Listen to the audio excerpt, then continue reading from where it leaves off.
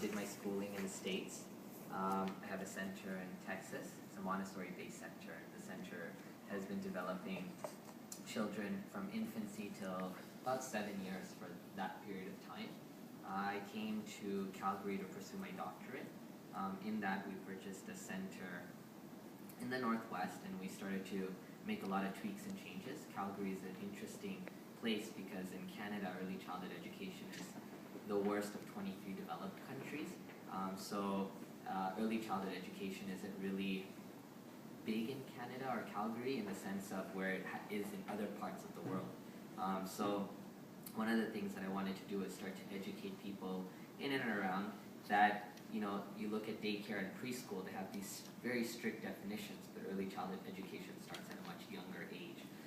So we started our program with 3-year-old children. We brought them down to 2 years.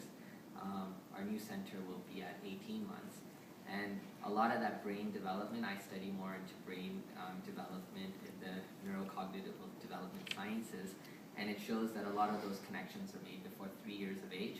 So what happens is typically trends show that a lot of mothers and fathers both are starting to go back to work.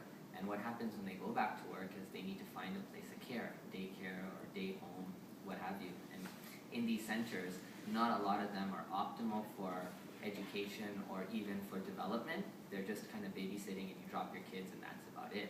And what happens is by 3, it's like clay. When you have clay and it's very soft, you can mold it. As it starts to form, it hardens.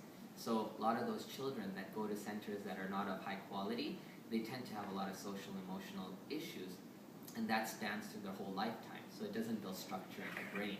So our program is designed to build what they call an executive function in the brain. It builds a structural component to it. So children, 20 years later, 30 years later, have a lot more structure in their life.